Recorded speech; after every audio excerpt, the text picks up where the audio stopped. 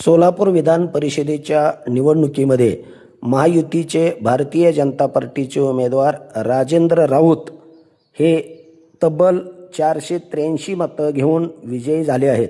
तर त्यांचे निकटचे प्रतिस्पर्धी उमेदवार शरद पवार राष्ट्रवादी काँग्रेसचे वसंतराव देशमुख यांना 118 मतं मिळालेली आहेत.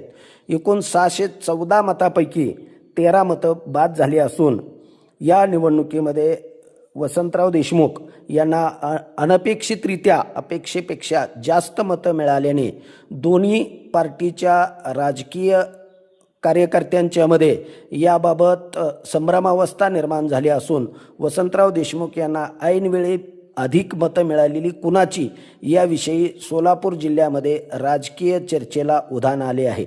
वसंतराव देशमुख यांना अपेक्षेपेक्षा जास्त मतं मिळाल्याने त्यांच्याकडील वाढीव मताचे खापर कुणाच्या डोक्यावर फोडले जाणार हे आता भविष्यात समजून येणार असून यामुळं राजकीय वातावरण तापलेले दिसून येतात.